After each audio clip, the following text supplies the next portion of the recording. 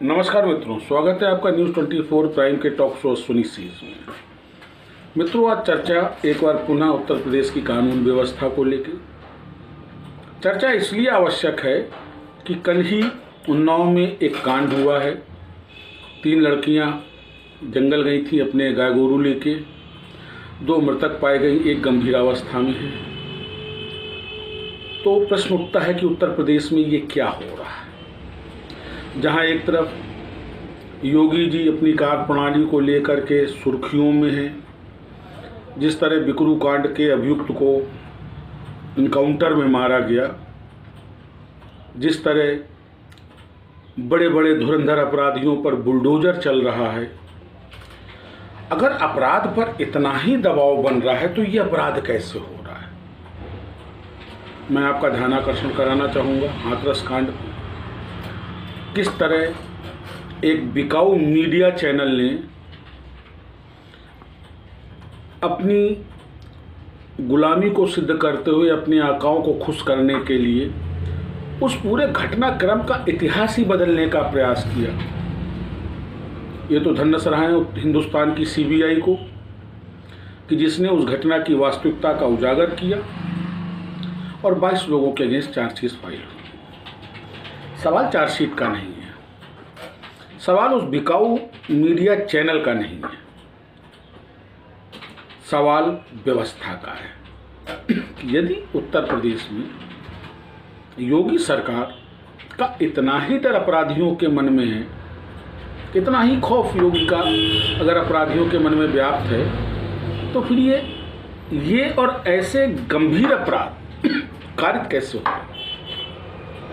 एक तरफ हमारी सरकार का कहना है बेटी पढ़ाओ बेटी बचाओ, और दूसरी तरफ बेटियों के साथ ये हरकत। मेरे ख्याल से बाराबंकी कांड आपको विस्मृत नहीं हुआ होगा, उत्तर प्रदेश का हाथरस कांड आपको विस्मृत नहीं हुआ होगा, और इस तरीके के तमाम ऐसे लैंडमार्क बलात्कार और महिलाओं पर अत्याचार के केस जो हो रहे हैं उत्तर प्रदेश में, जो हुए हैं अभी कुछ समय के अंतराल में, ये कहीं ना कहीं हमारी कमजोरी को दर्शाता है।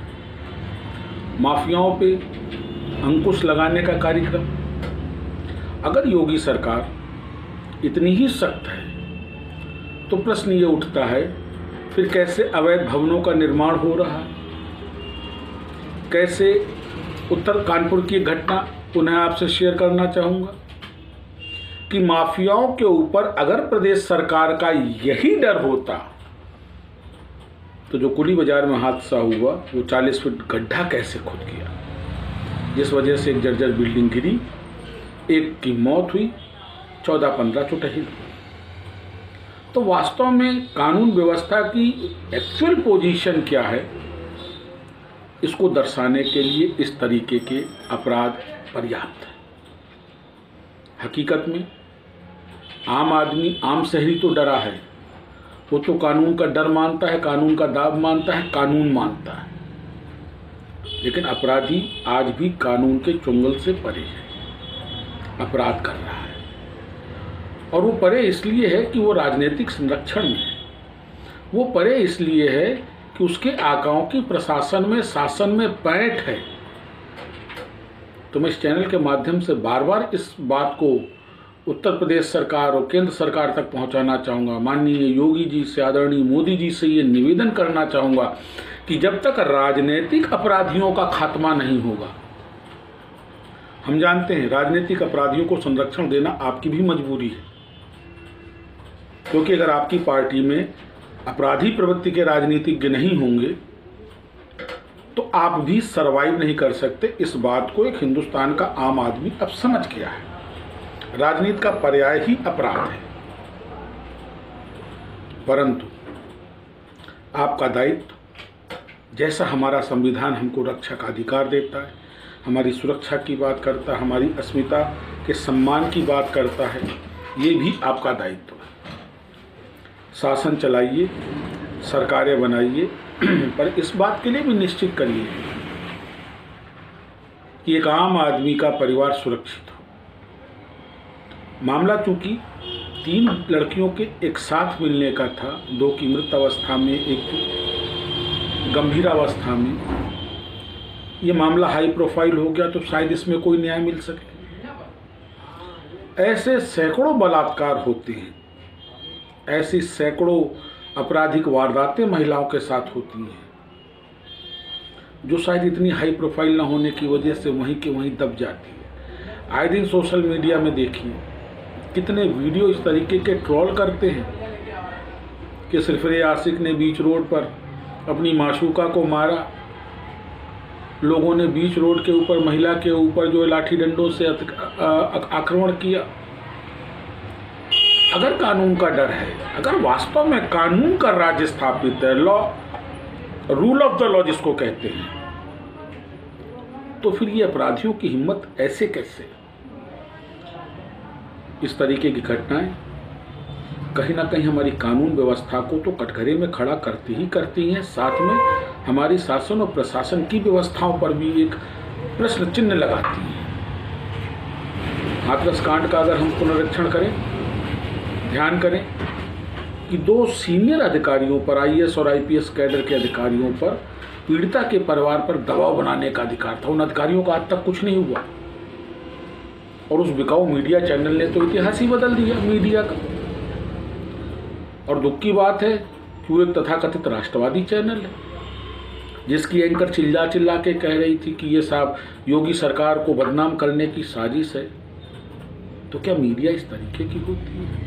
ये आपराधिक मीडिया है, ये आपराधिक पत्रकारिता है कि आप अपने ईगो के लिए, अपने आकाओं की यहाँ हुजूरी के लिए जब आप सत्य को परिवर्तित करने का प्रयास करते हैं तो पत्रकारिता की नैतिकता वहीं समाप्त हो जाती है।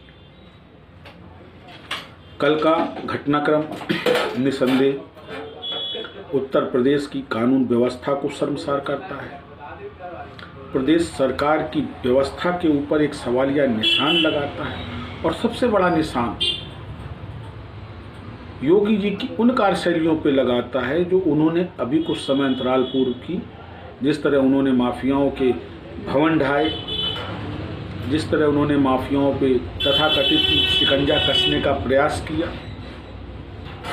यदि वास्तव में वो शिकंजे कसे गए होते और योगी जी का डर अगर अपराधियों में व्याप्त हुआ होता तो शायद कल कोई अपराधी जिसने भी अपराध किया, 1 थे, 2 थे, 5 थे, जांच का विषय है, वो ये करने की हिमाकत न करते जो उन्होंने किया।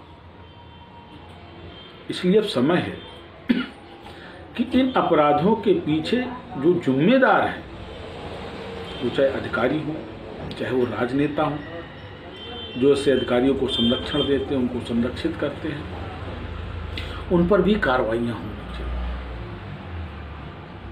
क्यों? अपराधी एक होता है। फॉर एग्जाम्पल हम विकास दुबे की चर्चा कर लें। सुप्रीम कोर्ट तक ने इस बात पे आश्चर्य व्यक्त किया था कि क्यों कर उस अपराधी को पहले तो बेल मिली और फिर सजा याफ्ता होने के बाद कैसे उस जज ने उस अपराधी के आपराधिक इतिहास को देखते हुए पैरोल दिया। उसके बाद वो अपराधी अपराध करता रहा और विकास दुबे का नाम तो इसलिए भी बहुत चर्चित रहा कि अपने क्षेत्र के ब्राह्मण वोटों का वो एकमात्र मुखिया था और चाहे वो भाजपा हो या कांग्रेस, हर पार्टी का नेता उसके पास जाता था। तो उन नेताओं पे कार्रवाई क्यों नहीं हुई जो उस अपराधी से मदद मांगने जाते थे, जिसकी मदद से वो जीतते थे? अगर आपको याद हो कि विकास दुबे का जब इनकाउंटर हुआ था तब एक तथाकथित डायरी का चर्चा चल रहा था। पुलिस सोसाइटी उत्तर प्रदेश ने तो जांच लगा दी कि साहब विकास दुबे का इनकाउंटर 100% हो गया और बड़ा जस्टिफाइंग इनकाउंटर हुआ। काफिले की 5-6 गाड़ियों में मात्र एक गाड़ी पलटी और उसमें भागने का प्रयास किया, पुलिस ने मार दिया। और जबकि अगर आपको याद हो कि विकास की गिरफ्तारी के साथ ही सोशल मीडिया ट्रोल करने लगा था कि हुजूर गाड़ी मत पलटा दीजिएगा, हुजूर पिस्टल मत निकलवा दीजिएगा। उत्तर प्रदेश के एसटीएफ के जवान के कमर से पिस्टल निकाल के विकास भागा। तो क्या ऐसे जवान हमारे एसटीएफ में? और क्या ऐसे ही जवानों के भरोसे पूरे उत्तर प्रदेश की कानून व्यवस्था चल रही है? विकास मारा गया, इसमें दो राय नहीं, अच्छी बात हुई, अपराधियों का अंत होना चाहिए। लेकिन अगर वास्तव में अपराधियों का अंत हो रहा है तो फिर ये कौन नए अपराधी पैदा हो रहे हैं? क्या ऐसी स्थितियों में हम कह सकते हैं उत्तर प्रदेश में हमारी माँ, बेटियां, बहनें सुरक्षित हैं? एक बड़ा गंभीर विषय सोच का, भाजपा के लिए भी, कांग्रेस के लिए भी और उन पार्टियों के लिए भी जो राजनीतिक शासन के लिए, सत्ता के लिए, सरकार के लिए इन अपराधियों को पालते हैं। ये अपराधी हैं जनाब। ऐसा न हो कि next you are the prey. बड़ा गंभीर विषय है और अब इसको लेकर के बहुत दिनों से संसद में रेपिस्ट को फांसी देने का कानून लंबित पड़ा हुआ है, क्योंकि हमारे सदन में भी कई ऐसे माननीय हैं जिनके ऊपर ऐसे गंभीर आरोप हैं। याद हो, कांग्रेस के एक बहुत बड़े नेता का एक एमएमएस लीक हुआ था। भाजपा के कई बड़े नेताओं पर इस तरीके के आरोप लगे और उस पीड़िता का क्या हुआ? जिसने आरोप लगाया था एक भाजपा के वरिष्ठ नेता पर जो कि संन्यास से भी जुड़ा हुआ है, क्या हुआ उस पीड़िता के परिवार का? कंगना रनौत को तो सुरक्षा मिल गई क्योंकि महाराष्ट्र सरकार से लड़ाई होनी है, पर उन्नाव की उस लड़की को उन दो महिला आईपीएस ने सुरक्षा नहीं दी, प्रदेश शासन ने सुरक्षा नहीं दी। अंततः क्या हासिल हुआ कि उसके पूरे परिवार पर ट्रक चढ़वा दिया गया। क्या ये न्याय व्यवस्था है? क्या ऐसी ही न्याय व्यवस्था और ऐसी ही सामाजिक व्यवस्था के लिए हिंदुस्तान का आम आदमी टैक्स देता है? आप टैक्स तो बढ़ाते जा रहे हैं आदरणीय, पर ये भी तो देखिए उस टैक्स के एवज में दे क्या रहे हैं। ये अभी भी समय है, और अगर अब भी सरकारें और ये राजनीतिक पार्टियां न चेती तो ये मान लीजिए कि फिर हिंदुस्तान में कानून और व्यवस्था की बात करना एक बेईमानी होगी। हम आप ऐसे ही चर्चा करते रहेंगे इन बेबाक विषयों पर। आप हमारा चैनल सब्सक्राइब करें और हमको लाइक करें। नमस्कार।